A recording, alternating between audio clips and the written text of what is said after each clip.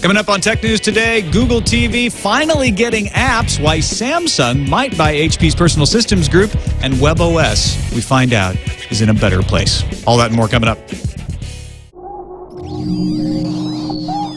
Netcasts you love. From people you trust. This is TWiT. Bandwidth for Tech News Today is provided by Cachefly at CACHEFLY.com.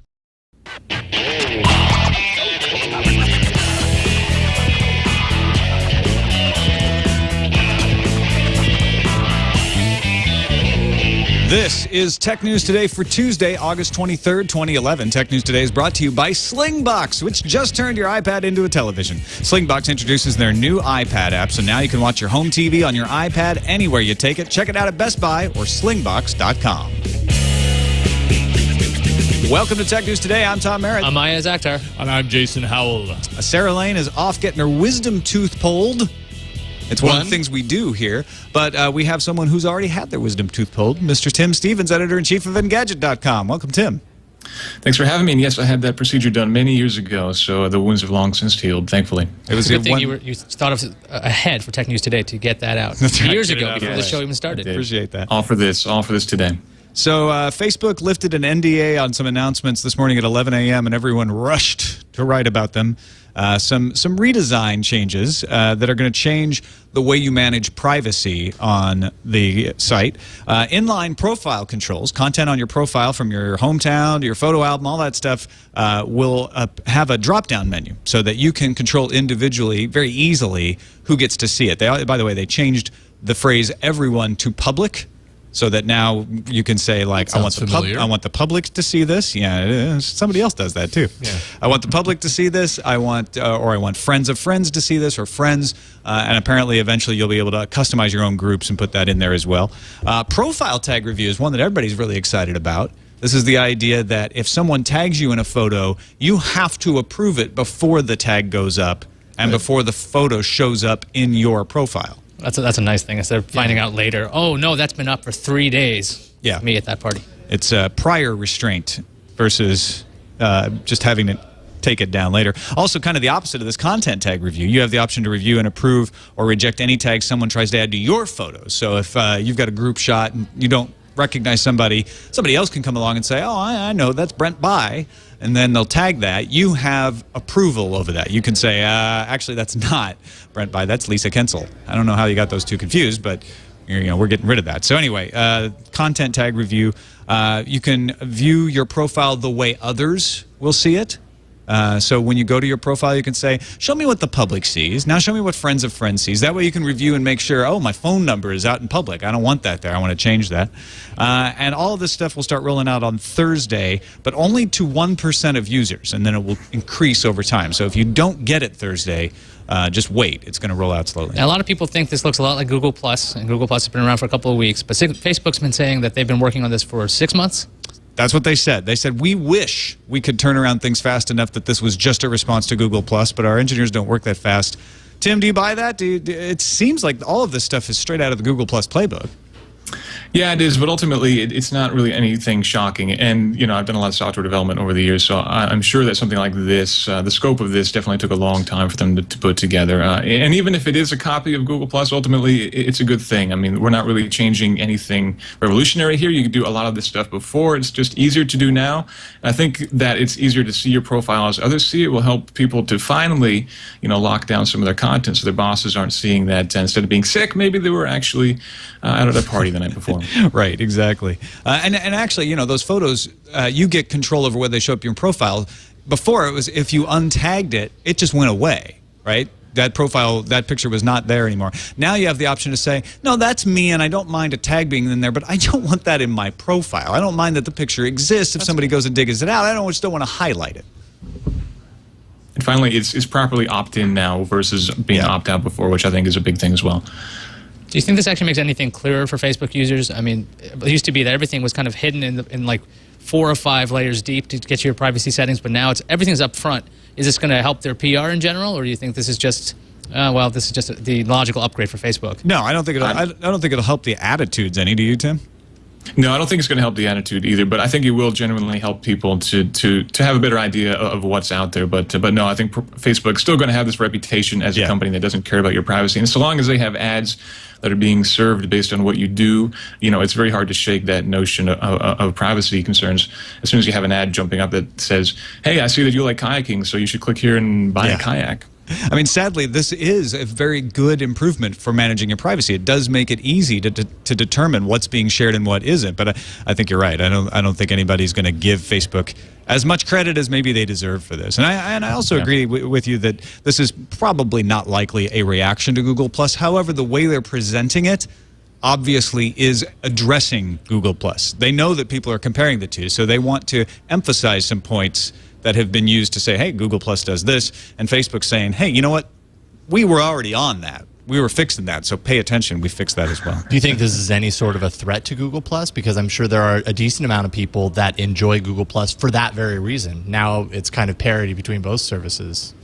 I doubt it would be that. I mean, the thing is, what's the overlap right now? I mean, if people are on Plus, they've already been like, forget Facebook, right? Yeah. I was talking to you earlier about this.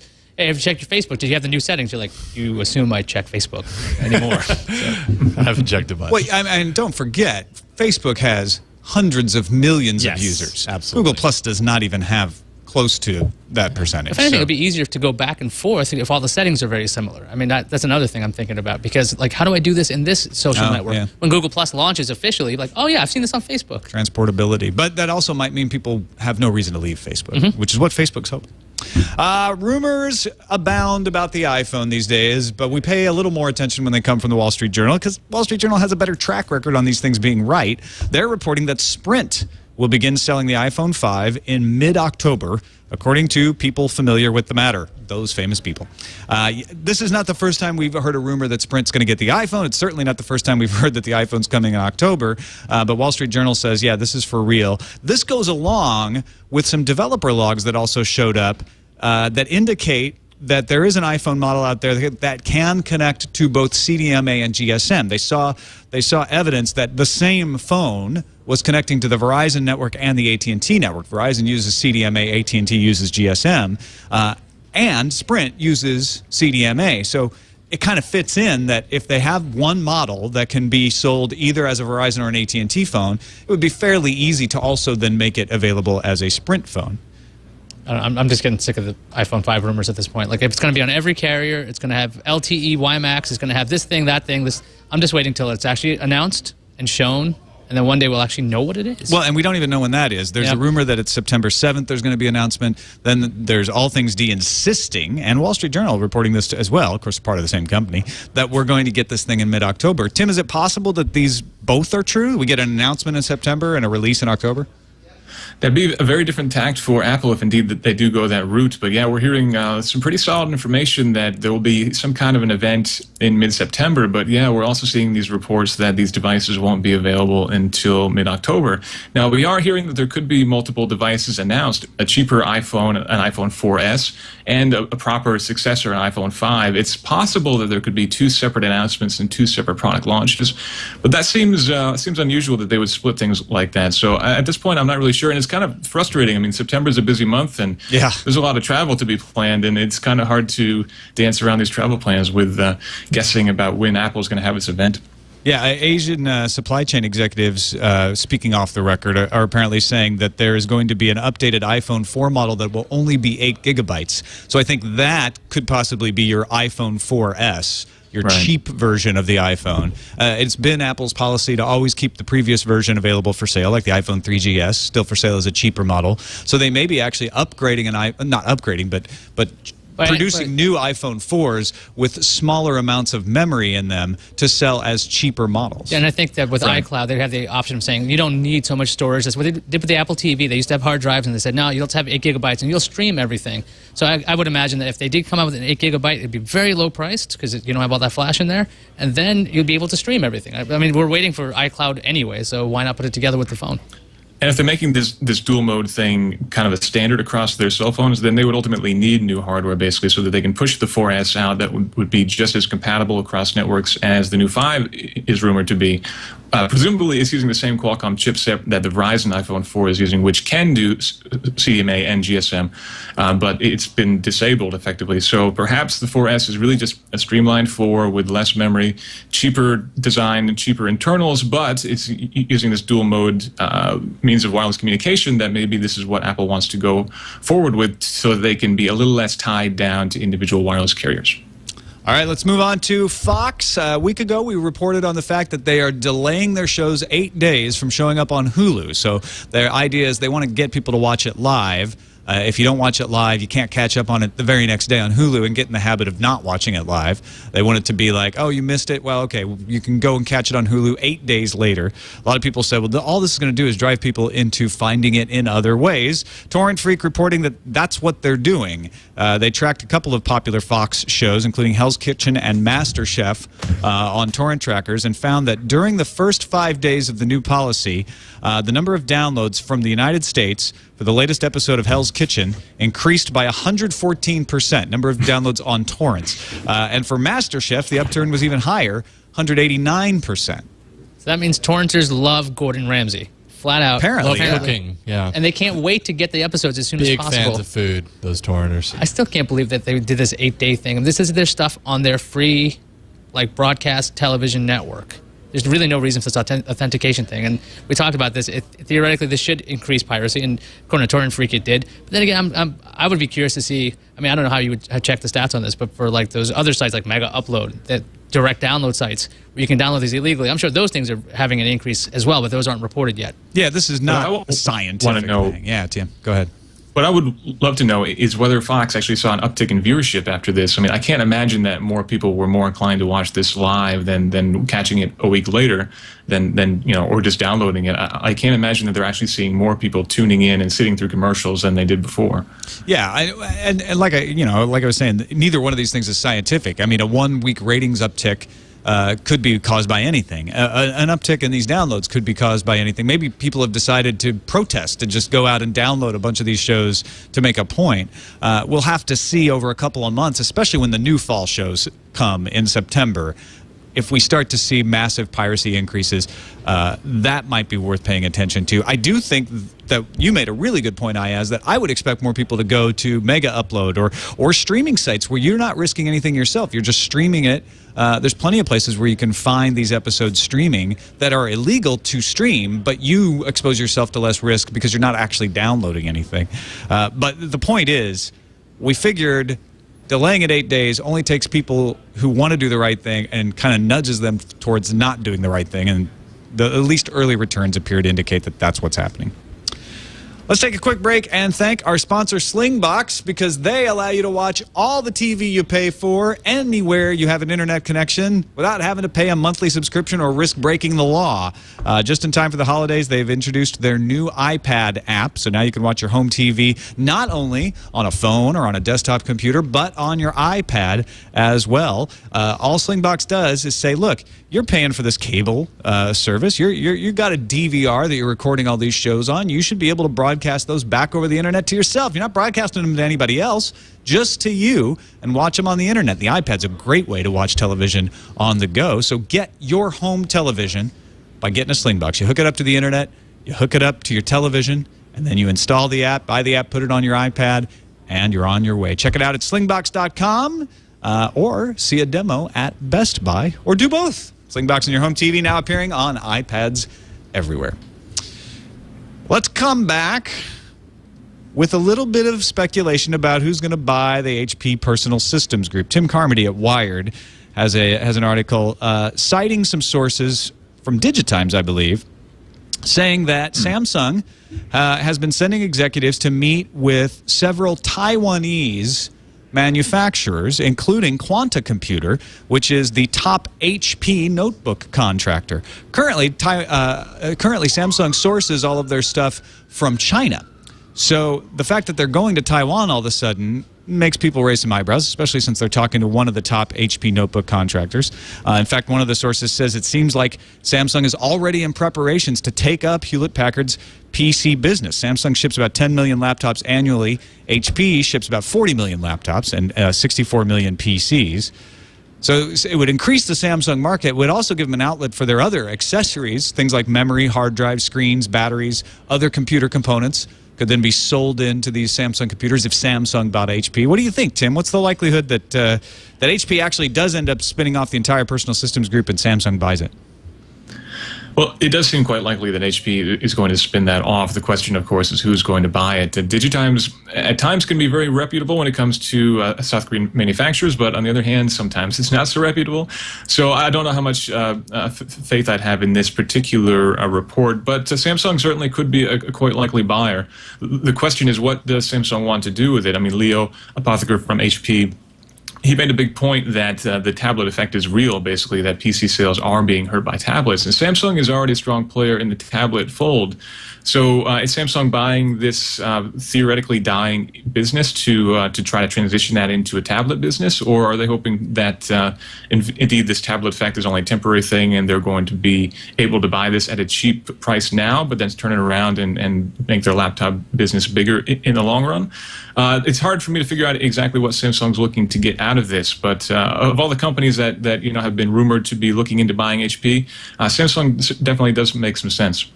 I could see Samsung just doing this to drive LG crazy. Flat out, they're just meeting with them, and they're like, well, let LG, because LG is constantly competing with Samsung on every front. LG does make a number of laptops. I know people don't know about them much, but they could get into It just came out with a 3D laptop, for exactly. instance. And the thing is, if this is a dying market and Samsung just wanted to mess with them, go for it. Start setting up meetings, and LG is going to start throwing money away, and there you go.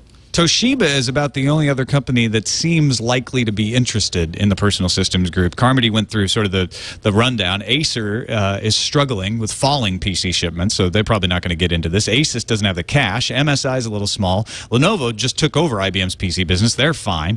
Sony or Apple don't want to be in the low-end PC business, so they're not going to be interested in that. Microsoft, too many antitrust issues to even talk about there. So I could see Samsung, if they get the WebOS part of the personal systems group, having that be interesting because of A, patents, as always, and B, diversification. They'd have another platform to play around with, which Samsung has never been averse to being on multiple platforms. They have their own. If they bought WebOS, they'd have another one. I don't know why they'd have both for themselves, but they also still run Windows Phone. They'd run Android. So why not another one? And we also heard today that South Korea is actually working on creating a state-sponsored mobile operating system to compete against Android, which both LG and Samsung are said to be on board for, so that could be another option for them too. Yeah, so we're not going to run out of mobile OSs anytime soon. Ever. Thank goodness. In fact, we're not even going to run out of touchpads anytime soon, although they have been hard to get recently. BarnesandNoble.com actually getting a lot of complaints because they had to cancel orders. So many people ordered the touchpad, their inventory system collapsed, and they took in more orders than they had touchpads to deliver, so they had to piss some people off and cancel a bunch of orders. HP has said a second wave of WebOS touchpads will be coming later this week. You know that thing we discounted because we have to get rid of them? Well, we now have an email list you can sign up for. I've signed up for the list. At hp.com, where you can be alerted when the next wave. This is like Apple material. Well, here. it's funny because I mean their second wave is because retailers ship them back to HP, so now HP still got to get rid of them. So just the shipping cost twice, I think, is somewhat ridiculous because they're going to lose even more money doing this. And they probably ought to raise the price. Apparently, touchpads on eBay are going between $200 and $300 a piece. $300 for a touchpad that's discounted to $99. That's impressive. I don't know if anybody's ever done this before. They killed a product and the price went up from the discounted price. Does this happen often? They went too far down on the price. I mean, that's not unusual. Things like the Nintendo Wii, for instance, were always selling for more than they charge. People are like, why doesn't Nintendo raise the price? So all this is that HP's discounted price was meant to move the item, and that's exactly what it did. It totally works. And then, of course, as you might expect, there's a bunch of projects getting off the ground to put Android on these. That's what a lot of people want to do. They're like, I'm buying the hardware. I don't care about WebOS. And I'm looking at eBay right now, and if you take a look, a lot of the ads are touting Android. So they're saying with Android or Android capable, they're banking basically. On the Android fact that there's- capable, I believe, just because theoretically it's and capable of Android, but don't get too caught up in that. Well, that's the thing. I think they almost get extra value by taking it to eBay and saying buy an Android tablet for $300. Except you're not, so be careful of that. Exactly. Be careful of that. The site Hack and Mod is running a contest offering various levels of money based on how well you get Android running on a touchpad. And another group called TouchDroid is working on getting Android, but I haven't heard that anybody's actually got Android running on it. There are some videos out there, but people think they're likely fake. They're just videos of a video playing on an HP touchpad of Android. So that hasn't been really confirmed. And if this was around, we'd be seeing it everywhere right now. Did HP make a mistake, One Tim? video. No, I don't think they necessarily did. I mean, ultimately, we're guessing that the cost for the touchpad itself is between $300 and $350, so they're taking about a $250 hit per tablet. So that's obviously a big hit to them. But what they're also doing is building up the user base of WebOS drastically. Yeah. I mean, suddenly all of these touchpads have sold out effectively, and suddenly there are thousands and thousands more WebOS users out there. And all that HP really needs to do now is kind of find a new home for WebOS, and suddenly it's this great big thriving market of users for developers to write their apps to. So the big question now is, can HP kind of continue this idea and really deliver this this WebOS platform to a new home, kind of shepherd it to a new developer or to a new hardware manufacturer that's really going to take it and run with it? Because right now, I think WebOS is in a better place than it has been before in terms of user adoption and that kind of thing. But ultimately, I think a lot of these people don't have a lot of faith that WebOS is going to live for long. They just want to run Android on the thing and move on with their lives. Now, on a side note, document editing coming to WebOS later this week via Quick Office. I didn't realize this. You could not edit documents. So it's Finally, done, but it's getting better. Yeah. And in fact, in the review version vampire. of the tablet that we got, Quick Office didn't actually even work. It worked for a little while, and then it stopped working altogether. So it is now working again, but yeah, you still cannot do any document editing on the device. Google is releasing a preview version of its add-on for the software development kit for the SDK so that developers can start creating apps that would work on the Android marketplace on Google TV. So this is something that was promised a long time ago. First it was going to come in January, and then it got delayed. But now Google's saying, yeah, we're going to bring the Android marketplace to Google TV. You'll get it on your Logitech boxes. We're going to have new devices coming out. And so the developers can now start writing apps for Google TV. It requires Android 3.1 API 12 or later. And Google says we're only going to include apps in the Google TV section of the Android market if the apps include a manifest file that indicates compatibility with Google TV devices. For instance, if the app only can use a touchscreen, it's not going to be included in the Google TV store because there's no touchscreen interface there. The other things that Google TV doesn't have: Bluetooth, camera, location, GPS, microphone, near-field communication, telephony, sensors for device orientation, movement, brightness, all that stuff your app has to be able to work without all of that stuff. So it's not like every app can just be ported immediately from the Android marketplace over to Google TV. But they do get a couple of things. Apps in Google TV can take advantage of channel changing and program guide info. And Google introduced the Google TV, and that this kind of a fiasco with Bluetooth keyboards. Actually, they couldn't get everything to work. They did mention briefly that these apps would be coming to the Google TV, and it took so long. I mean, it's now they're releasing the SDK. Do you think that's a contributing factor for its just lack of success? I mean, the Logitech review got slashed in prices, and that didn't actually see an uptick, as far as I know. To $99. Oh yeah, I think Tim, do you agree? It's been sort of a disaster. I mean, no one is taking up the Google TV. Yeah, absolutely. When the Google TV launched on the Logitech hardware and Sony hardware, for example, we thought it was a great idea, but it just wasn't all there. And we had hoped that Google would come out with a major update maybe 3 or 4 months after release that would kind of tie it all together.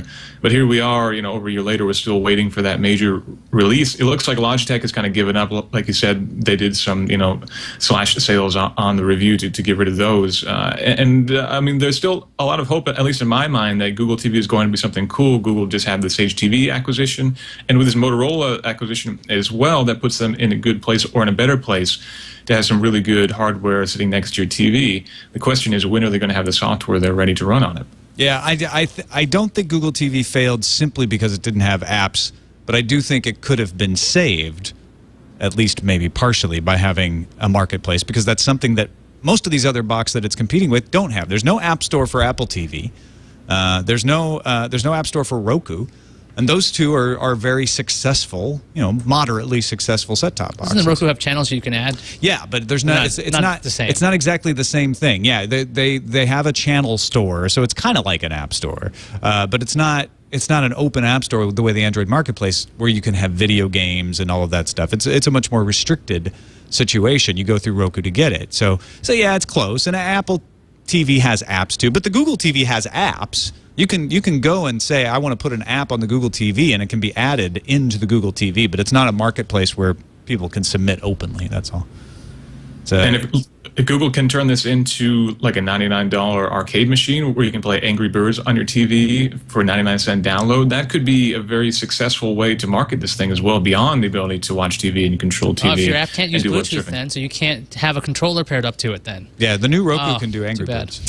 That's the standard. With a wired mouse, maybe? That wouldn't be as much fun, would it? All right, let's move on to the news fuse.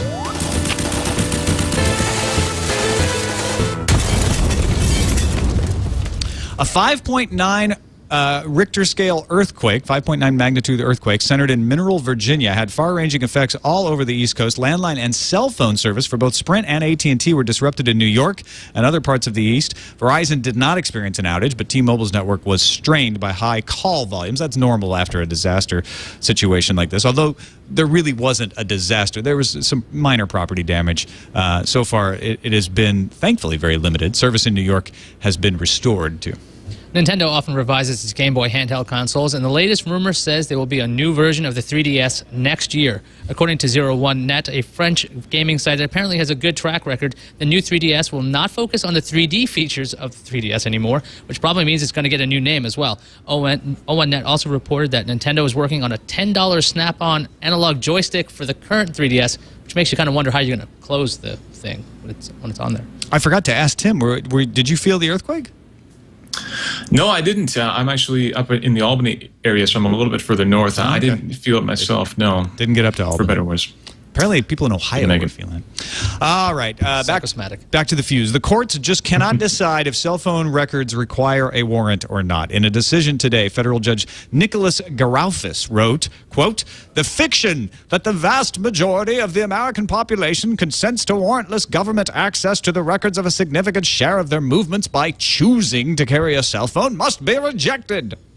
I think he talks like that. That's quite the judge. Very nice. This won't be decided for certain until the Supreme Court finally weighs in, but we got another one saying they need a warrant to get your cell phone records. Let's talk a little bit more about lawsuits, because they always bring such creative arguments. This time, Samsung is fighting Apple's design patents by arguing Apple's iPad design isn't original and cites the 1968 classic 2001: A Space Odyssey. To paraphrase the legal brief, as with the design claimed by the patent, the tablet in the movie has an overall rectangular shape with a dominant display screen and a thin form factor. You gotta love lawyers, don't you? Yeah, we had a long conversation this morning about whether this would actually work or not, but it's pretty funny. I bet this is like number 75 in the arguments against it. Yeah. You throw everything against the wall and hope it sticks.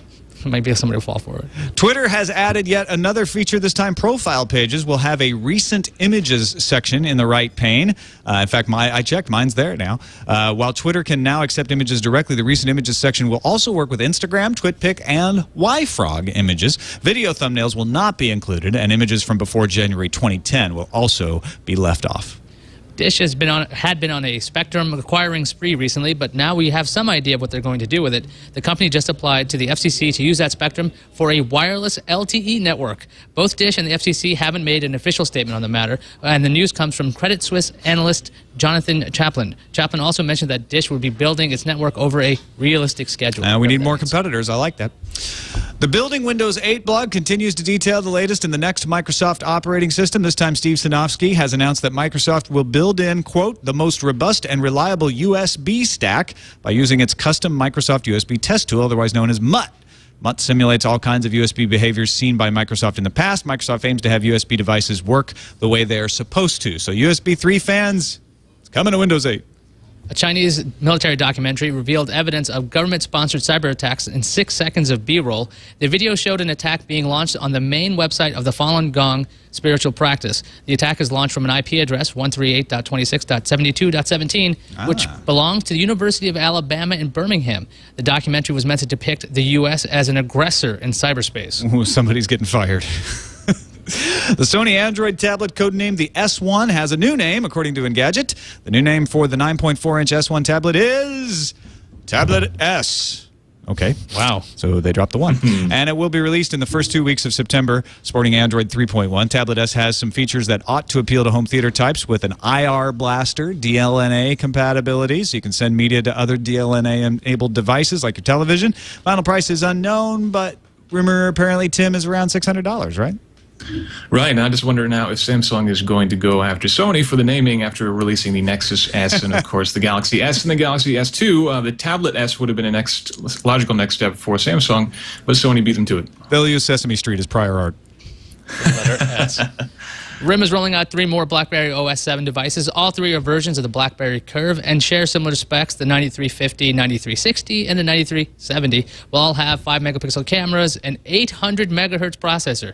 Wow, way to live in the future. And a 2.4-inch display. The models are differentiated by their radio capabilities and internal storage. The devices will hit Canada this month, but in the U.S., Sprint has landed the low-end model, which will launch on September 9th. Let's move on to the randomizer. Randomizer. You probably could have guessed this, but a new survey published by Staples Advantage says that 35% of tablet users admitted using their tablets while in the bathroom, while a whopping 78% of tablet users said they use their tablets while lying in bed. I guess it's easier to admit that you do that than, because I think it's more, I don't know, it's got to be more than 35%. We're honest. Should we do a quick poll right now to see how many of us will admit? I will readily admit I have used a tablet while in the bathroom. Now? Absolutely. Yeah, maybe it shouldn't be a verb, actually. I have not tableted in the bathroom. Have you smartphoned? And Iyaz, you? If you count a smartphone. Yeah. No, tablet. Do you not own a tablet, though? I don't take that tablet, no. I would never take that tablet. What tablet? My wife's tablet, so I don't. Oh, you see. Okay, so that's a little bit different. Right. That's good of you. That's very nice. She probably appreciates that. So Tim and I are the only ones brave enough to admit that we have done this. I actually have taken my tablet in and plugged it into the iPhone dock speakers in the bathroom that we have and played music off it. For your bubble bath. Or streamed the BBC. Yeah. Very nice. Well, yes, I listened to some nice bubble bath BBC music. Related randomizer story. If your tablet runs out of battery, you could use toilet water to power it. Great. Get off that picture. What an idea. Environmental engineer Bruce Logan is developing microbial fuels that rely on wastewater bacteria's desire to munch on organic waste. So no, you're not going to actually be able to take your toilet water out. No, theoretically, though, you should be able to flush, and that'll give power to something eventually. Okay, that's disgusting. Let's move on to the calendar. Android 3.1 is hitting Motorola Zooms in Canada today. Enjoy the latest Honeycomb Canucks. Starting today, PS3 fans will be able to pre-order a limited number of the End Control Avenger add-on for the PS3. It'll run you $50 and will ship in November when everyone else will be able to get one. Sprint announced new prepaid rates for users of the HTC Evo View 4G tablet. A day pass costs $14.99 plus applicable taxes and fees. That entitles you to 150 megabytes worth of data. Wow. Compared to 100 megabytes of 3G data for the same price on Verizon or AT&T's networks. A 500 megabyte week's pass costs $30, while a 1.5 gigabyte monthly pass costs $50. Eidos Montreal and Square Enix launched Deus Ex, Human Revolution. Thank you. The latest in the much-loved series. You can get it for Xbox, PS3, and for Windows on Steam. And I know this is the big story. We're burying it. The Zune software used to update Windows phones just got updated to version 4.8. Really? So all you Windows Phone users... Put this in the calendar, really? I did. We'll get better backup and update options. All right. We got an actual letter, a physical letter from Michael in Bloomington, Illinois, written on yellow paper. He says, "Dearest Tom, etc., I write today concerning the litany of video voicemails recorded in an automotive locale. It is my belief that a great portion of the TNT audience listens to your podcast, as I often do, during a routine commute. In an effort to stave off the flaws of human recollection, these commenters choose to respond post-haste, safety concerns notwithstanding. I hope this missive finds you in good health. Sincerely, Michael Gorman, Bloomington, Illinois. And then he goes on with a postscript explaining why, he thought it was fitting to handwrite and send via USPS a comment on immediate responses, and then goes on to talk about how he also prefers British spelling, and he's from Illinois. So there you go. Must be a regional thing. And it was not written in calligraphy, for those who were wondering. No, it was not. But thank you, Michael. 140 Keller Street, Petaluma, California. We have it on the lower third now. I have it loaded in the TriCaster. That's how easy it is to make it on letter the or That's beer. great. Love that TriCaster. The new TriCaster 850. There we go. New tech.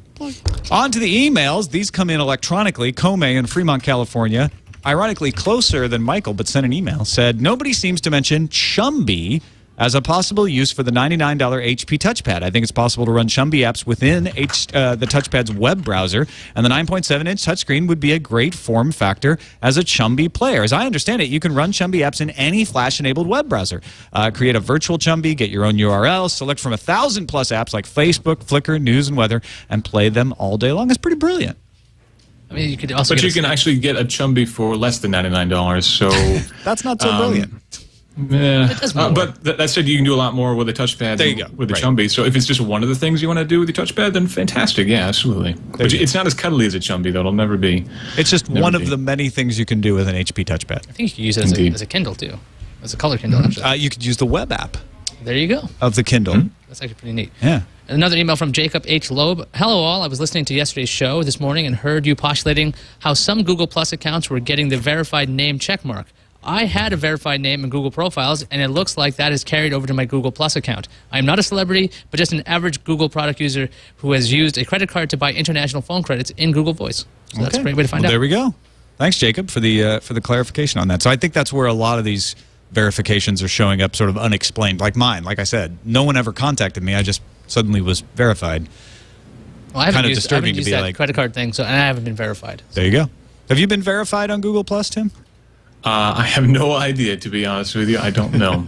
I suppose I could check right now. I'll check right now. Yeah, we can look really quickly. Great race. And find out, which one of us is going to surf to you. I'll thank our Redditors while you guys are double-checking that. Thanks to the folks at technewstoday.reddit.com. We have over 2,000 readers of the Reddit, and lots of folks submitting stuff. Extremis is one of the folks who's been submitting the story about download.com now adding crapware to their downloads. A lot of people upset about that.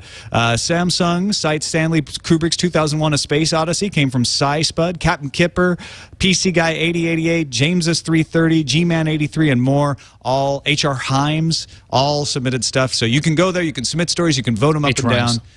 H Rhymes. See, I'm glad you caught me on that. H Rhymes, not HR Himes. It makes a difference. TechNewsToday.reddit.com. Thanks to everybody for submitting stuff. Don't forget you can also buy bricks, bricks.twit.tv. And Tim Stevens, is that really you?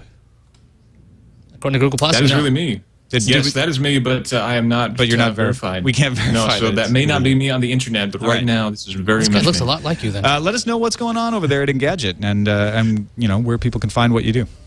Well, it's Engadget.com, of course. We're kind of gearing up for next week, which is going to be a big one. We've got IFA Berlin, which is going to see a lot of announcements on the tablet front. Samsung is also hosting a big event on Monday afternoon where we think we might see the U.S. variant or variants of the Galaxy S2. So look forward to reading more about that. Good. I will be eagerly anticipating what silly names they come up with for a perfectly well-named device.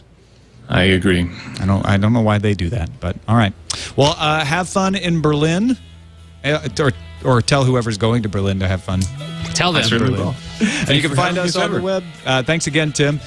Twit.tv/TNT is our website. You can email us TNT@twit.tv, or you can give us a call and leave us a voicemail. We play some of them on the air, 260-TNT-SHOW. We'll see you tomorrow. Sarah will be back.